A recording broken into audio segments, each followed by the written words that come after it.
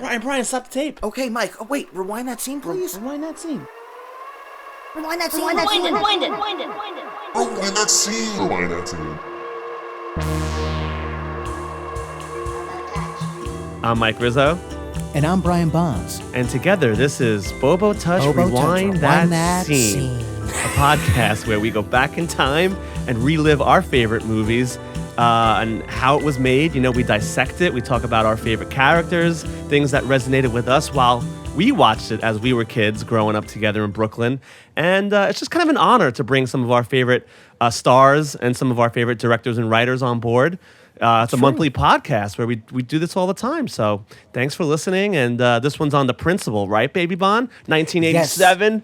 Oh, yeah. Jim Belushi, fantastic cast, fantastic energy. That's right. Jim Belushi, one of his real big first lead films post, Little Shop of Horrors and all the SNL stuff. This is exciting times for him to flex his dramatic muscles. And for those of you who always listen, we love you too. And if you haven't seen this movie, you better dive in and get it today, baby. I can't believe it. I think Jim is probably one of the biggest actors we ever had on the show. Yeah, that's for sure. Well, I mean, talk about comedy, everything about him, we love him. I mean, all the movies, Also, now he has a beautiful cannabis business as well. It's we'll talk true. about that later. Wow, that woke me up. Well, this movie, directed by Christopher Cain, resonated with us, right? Because it was like so gritty and so real. It's about he plays a down and out guy. He's at the bottom of his life, right, with a divorce, and he gets assigned to be the principal in this crime-ridden, horrible high school, right? I've never seen a high school this bad. Yeah, it's real. It's even the. It was, Jim will tell the story, but holy shit, it just feels so real. And I think this movie gave me visions of what school was going to be like when I got older, That's because true. There was no really censor on what films we could watch as kids, which I love.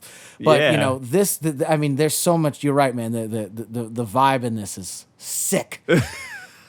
And also like Louis Gossett, right? Like the guy who plays like the security such officer, a sick hero. Like his tag team buddy, he's great. And again, great dynamic. I think we love like bad guys. So there's a lot of bad, gangs in this. There's a motorcycle chase. We love chases. It's great. She has Chase the scenes are beautiful best. hair and the leather jacket on the motorcycle. Beautiful mane, and it's very tough to achieve that. A great wind flapping hair. So we have a lot of questions for Jim, and it's an honor to have him. So let's bring him on. Jim Belushi. You want to talk about The Principal? Oh yeah, definitely, man. We love a lot of your work. I got a poster that I took from the movie of me in that leather coat pointing my finger like this, and the poster says "Staying in School." Yes. That So should I be put it up replicated. in my 21-year-old's room, Yes. and he flunked out of school last semester. So and the principal's just not doing his job. Oh, I love dude! that Imagine your poster. son and you're the principal, man. That must be kind of intimidating for your son. It's embarrassing. It's embarrassing. I think parenting is tougher than being a principal, right? Oh, parenting is that's a whole nother podcast. Totally. Yeah, it's true. We both have 2 kids each, We do. and we're just curious and wanted to pick your brain. Like, what was it like walking on set? What did you think about when you first got the script, and how even the project came into your hands? Brandell High. Brandell. Actually, I didn't want to do it. And Jeff Sagansky at TriStar was like the next movie after About Last Night, and I got a little huffy about what I'm going to do next, Yeah. Sagansky finally said to me, he goes, "Look, Jim, you going to do this or not? I want you to do it." Putting his foot And I down. Wow. Yeah. I went, "Okay." It's kind of like your role. Yeah, Jeff you got forced to Sagansky be a was the principal. Yeah, he was the principal. Yeah, exactly. But Chris Cain, the director, I met with him, and he's an old cowboy, man. I love Chris. He taught me a lot about acting on that movie, actually. Wow. He was quite well. So we filmed it in Oakland, and we filmed it in a high school that had been closed. And it was in a very bad neighborhood. And it was like, there's a highway right here. I thought it was Martin Luther King Highway, or it was a terrible, terrible neighborhood. Yeah, and well, it looks like it. Yeah. In order to film in that neighborhood, we had to make a deal with the local gang. Oh my God! Like the movie. And we had to make a deal with the Hells Angels. Holy shit, that's crazy. The gang owned the neighborhood, but the Hells Angels owns Oakland. Oh, yes. Shit. We made a deal with this tough-ass gang who are all the extras in the movie. Oh, that's everyone you awesome. See. We had to hire them. They were in a big auditorium scene. They were walking down the halls. We had to hire them, pay them like a location fee. Holy shit. And then the Hells Angels oh my God, I love were the drivers, the Teamsters, their second AD, other ADs. Oh my God. This is authentic as it gets, man. That's why it's so real. It's so real, this movie. Yeah, I'm walking between two gangs, and I got to tell you, gentlemen. Wow. Every single one of them. Nice. I love respect, kindness, generosity. Once we were in their neighborhood and we made a deal, we were under their protection, and they took great care of us. I'm going to tell you, I had a 9-year-old son who came to the movie set with me, and I had to shoot, so I wasn't always, and they taught him how to play chess. They played basketball with him. They hung with him. Oh, man. And we even found a little kitten in the streets of Oakland for my son. It was one of the best cats we ever had. I mean, he was sweet. A cool cat, black cat. Nice. But they were wonderful, and it was a very safe environment. It was very cool. I was going to say, I feel like when we saw it, Brian and I saw it when we were, young, kids, in his mom's apartment. We were just, so, I guess, attracted to the movie because of its grittiness, its realness. It's just, I feel like we've never seen anything like it. And it felt so kind of you're a fish out of water. You're the new guy in town, and, everyone's out to kill you. What was it like filming those epic fight scenes? Well, again, the director taught me a lot. I would get up at 5:30 in the morning. I would do this very intense 30-minute workout, really fast, sit-ups fast, push-ups fast. So I had a cardio, it was Body by Jake program. The cardio going and the muscle toning. I'd shower, shave, I'd come to the set. They put makeup on me. They work that mullet of mine. I'm beautiful. put on all my clothes, and when I got to the set by 8:00, I was ready to act. Yeah. And then Chris, the director, would shoot these really wide scenes, like the drive up in front of the school, the walk up the steps in front of the school, more wide shots, more big shots, more. Then we'd break for lunch.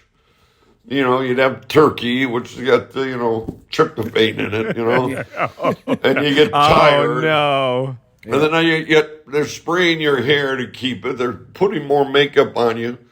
So now around 4:00, your thick makeup, your clothes stink, your hair feels like a helmet, you're tired, you're beat. Chris would come in for the close-ups. Oh. He did this 3 days in a row. God right? damn it. Yeah.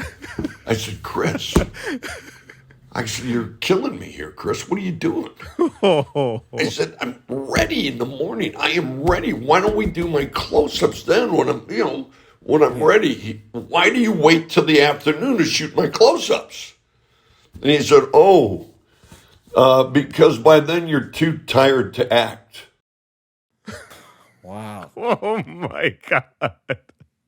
Are you telling me I'm trying too hard, Chris? Yeah. Yeah. Maybe. Maybe by the you get so exhausted that it becomes just very real and natural. Right. Yeah. So that was one thing he taught me. Wow. Another thing he taught me was, remember the scene where I go into the school and the school's empty. Oh, yeah. I know it. Yeah. And I'm walking down the hall. And then I turn and walk down and look at the long hall, looking for the bad I guys. love those. Right? Yeah. And so I'm walking, come up on the corner and look. I turn and I look. Cut. Chris says, "What are you doing?" I said, "Well, I could get killed here. I could get murdered at any minute. I've got to keep my eyes open in case something comes." Yeah. Jim, listen. You just walk down the hall and then turn and walk down that hall. The editing and the music are going to make it very suspenseful. So I was always overacting. I was always trying too hard. I'm like, Just walk down the hall. We're just telling a story, Jim. And I took those lessons with me everywhere. That's great. You know? It's amazing. And I think Chris really brought it down to that kind of natural, relaxed performance. Yeah. He was very good. Very good director. Yeah, it's a good collaboration right there. I think, you know, with the right tools, you clearly like have that and amplify that, you know, character based on like how just tired you are in life and just dealing with these punks in the scenes and stuff like that, and just what they're making you go through. So, I think, you know, that's a great collaboration between an actor. Yeah, he was definitely. He was beautiful. Chris was just a beautiful director. Never worked with him again, but you know. You got to realize that was my first starring role after About Last Night. So I put a lot of pressure on myself to look good. And to, you know, it was like I'm carrying a movie, you know, I'm not like, you know, supporting characters. So, you know, I tried a little too hard and he took the edge off.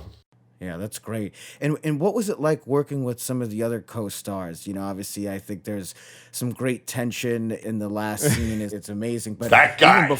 Yeah. Michael Wright? Yeah, Michael Wright. Yeah. Michael Wright. Let's talk about that.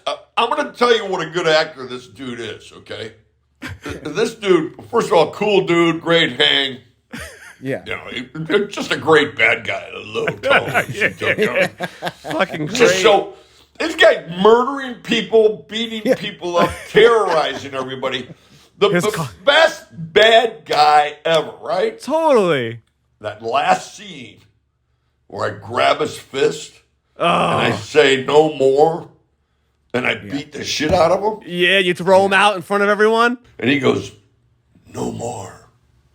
Right? That I win. Yeah. We had to reshoot that. Really? I'm going to tell you why. This is how good that goddamn actor is. In that one moment on camera, he was so sympathetic. He was so vulnerable. He was like a child. Yeah. Oh, man. That said, "Mommy, Daddy, no more." And then I pound him, right? We had to reshoot that because he acted it too well. Oh, my God. That's insane. Goodness. I got to talk to Chris about this. Yeah. Oh. I'm going to pound you again. Yeah. I mean, crazy. That guy was great. Yeah. Man. Yeah. Just really great. Like the bathroom sequence when you guys are like, when he's like taunting you and his friend changes. That's like edge of your seat type of shit. Like you're like, oh my God, he's gonna die. When this he is says it. your name. Yeah. Well, that's Chris again because I'm in that bathroom going, Chris, come on. I mean, it's right here. I mean, it's like, get me in a heartbeat. You know what I mean? Yeah. It's like, how could he not find you? What do you have in mind for this scene, man? Yeah. Let's go back to what Chris said. The editing and the music. Trust me, they'll be tense. All right. So good. And he cut the hell out of that scene, man. He really is a great storyteller, Chris. What about working with Kelly Jo Minter? She was great. That kind of like some behind the scenes stuff, working with them. And Well, one kid, I can't remember his name, the blonde hair kid, the long blonde hair. oh yeah, that dude. Yes. He's Yeah. the who tries to go after the teacher, right? Right. I remember we were outside, and that was the scene where I grabbed him by the neck and I grabbed the other one by the neck. And I take him, I think I'd take him into the school and like stop it, right? I remember we were standing there talking, and Chris says, okay, we're about ready. And he ran, sprinted, turned around, sprinted, turned around, sprinted, turned around, sprinted, jumped on the ground, did like 30 push-ups, and then got in position. Whoa. Holy shit! And we're like looking at him, right? And Chris is like, what are you doing? Yeah, all right, dude. And he goes, I'm, prepping for the scene. This is part of the process. Yeah. And he did the classic line of, you really don't have to do all that stuff. All you really have to do is pretend. Yeah. And so he busted that guy for trying too hard. So now you cut to later on in the movie, and we're sitting here talking like you guys. We're all talking. I go, I we're love ready this to roll. director. Okay, one second. Let me finish the story. Okay, roll, action. And then we just would drop into the scene. So Chris was really taught us all a lot. You had that good bond with the guy who gets like thrown through the glass. He was like when they try to kill that dude, he's like hanging through the rope. Baby Emil. Yeah, like you have like so many good like students who sympathize with you and like trust you, and I don't know, there's like such a good I think dynamic. that was his first movie. He really did a hell of a job. We really had great empathy for him, really sweet kid. What was your process? Like what was like any like secrets or like other than like I know the direction, but like was there anything that you kind of like had to tap into for some of this stuff? Well, it's a character who is at bottom. And we set that up with the divorce and the breaking of the window with the bat. Yeah. The drinking. And so when you're at bottom, you're willing to say, fuck it. I'm going to go for something. And I'm not afraid anymore. And so that was his discovery through that process. And he found purpose. And he found his sense of humanity. And he's a tough-ass Chicago guy, I'd love to, see a version of this movie of also sort of the current day rocking a joint as the principal now. Right. Tie in the weed business, right? A little bit. Yeah. As I study, these last 7 years I've been involved in cannabis. Yeah. It really is a medicine, And in situations like Brandell High, where you're living in terror and you have parents, one single parent at home, you have gangs on your ass, you're living in fear. Cannabis was kind of an escape, not an escape, but a kind of a medication to deal with all that. Yeah. It's better than doing the hard drugs. It's better than the alcohol. Yeah. Yeah. Even my son, he was in high school, he got in trouble with a joint school, and they threatened to suspend him and all that. And I got all up in his ass. And he goes, Jesus, Dad, do you realize that when I was in high school, you were going to send me to rehab for a joint, and now you're selling weed? What the fuck? And I said to him, you know what? Going through that divorce, which was horrible, moving to L.A., living with me, and I'm the principal. I go, you probably needed that medication. And I just didn't understand it back then. I tied it right to John's overdose. So anything, alcohol, sugar, anything that was addictive that could lead to another death in the family, I was super vigilant about. So I apologize. Because now I see all the dispensaries, all the people I talk to, the wellness in cannabis is helpful in Alzheimer's, seizures, backache, sleeplessness, hopelessness, PTSD. I've met veterans who are paralyzed from the waist down, and they have phantom pains, and they have their legs shake, and they'll smoke a joint in the morning and the legs stop moving and the phantom pain goes. I mean, I see people with Crohn's disease that said if it wasn't for cannabis, I don't know what I would do. I was in so much pain. I see children who have seizures. I saw Heather's child had 40 seizures a day. Wow. Okay, this poor kid was on 14 different medications and was in hospice. Yeah. And she gave him CBD. Whew. Seizures stopped. He had one every 6 months. Yeah. So it's like... definitely. And there were parents in Jersey at the time, this was years ago, that were giving their kids CBD who were having these seizures. And they were going to go to jail for contributing to delinquency of a minor. They moved to Colorado in order to serve their kid. Yeah. So, I mean, I can go on about people with cancer, chemo. That's true. I can tell you story after story after story.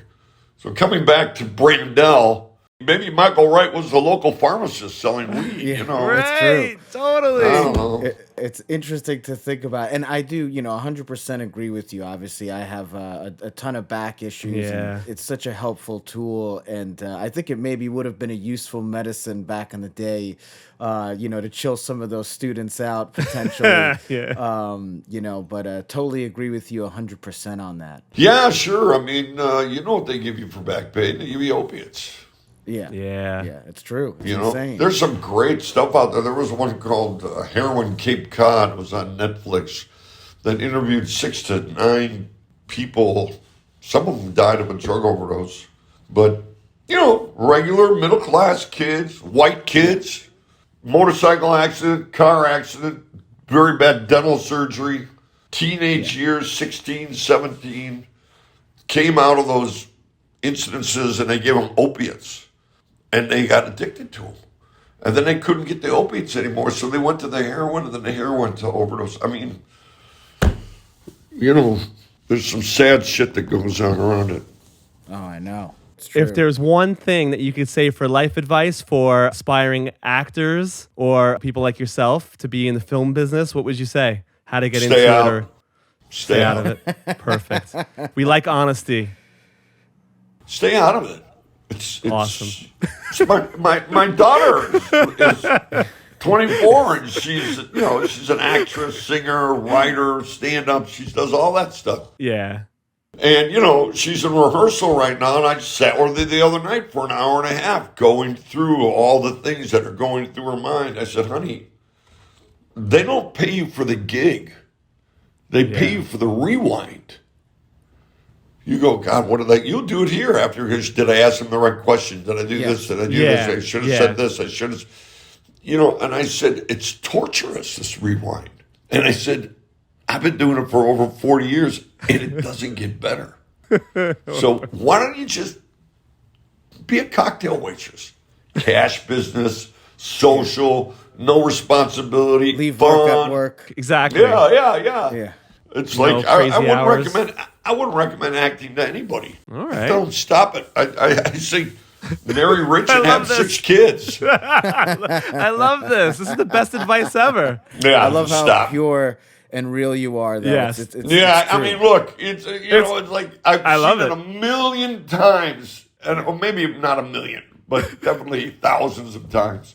A kid was in a starring role in his musical in high school, and they think, I'm going to go and be an actor, and they get to college and just get crushed. Yeah. It's like, come on, man. It was high school. You had a lot of fun with the kids. And like, really, you really want to, go into business. Yeah. Unless you have such a dire need to go through what it takes. The thickest skin ever, right? To be like rejected all the time and like not get any of the roles that you want to. And, I don't think it's thick skin. I think it's just stupidity. You got to be stupid. Yeah. You got to be stupid to put yourself in front of people and then tell them they don't want you. You got to be stupid not to let that devastate you. Thanks for your interest in the principle, man. Like, you should check out Growing Belushi. It's on Max and Hulu and Discovery. Yes, thanks, Jim. Holy crap. Thank you so much. That was amazing. Who would have thought they actually used they had to actually make deals with the real gangs, dude? I mean, that is film crazy. there. An abandoned high school, tryptophan in the turkey, making them tired to do the wides in the morning. I mean, this is crazy. Yeah. That's how I feel, dude. I always feel tubby after the some. fact the Hell's Angels were like the first AD assistants is insane. Yeah. And oh my God. I mean, that's how it feels so real. The also level of work, trusting the director, Yes. and giving, where Jim is kind of alluding to giving the space of this character, Yeah. and then just the dynamic of these other castmates. I mean, this is true chemistry. And at its finest, I think, like solid stuff, solid acting in this movie. Yeah, and I love how much credit he gives Chris Cain, the director. Like that's just like and he even called out the blonde guy too, like It's for true. overacting. Like like this was like a crash course, I guess, in like how to downplay the performances, It's true. right? And just be more and build it in the editing, which I love. Being an editor. Oh my God, I know. I mean, there's been Yeah. other films like this, Mike, like Dangerous Minds. They even did sequels to The Principal. Yeah. This sort of teacher bad crew dynamic, and this one is really those early films that kind of was the beginning of that, and Yeah. especially in the colorized format. But Exactly. also I think about it now. I got to roll the fattest blunt Yes. and go back and rewatch this movie. And also Jim does have that amazing show on HBO Yes. Max and on Max and all the services there. So definitely go check that out. What's it called? Growing Belushi? Yeah, Growing with Belushi. Yes, Growing check with that Belushi. out. Check that out. And we're so excited to have him. And this movie rocked us as Yeah. kids. So what a dream come true. Yes. Yeah, major respect for Jim to making the time to come on Rewind That Scene, and also to you guys for listening. Yes, and stay tuned for the next episodes. We have a lot of action-packed, beautiful episodes in the can. And check us out online. Give us a follow at Bobo Touch. We have a web series. We do sketch comedies. Check it all out. Tell your friends and stay healthy. Yes. Thank you, guys. Bobo touch.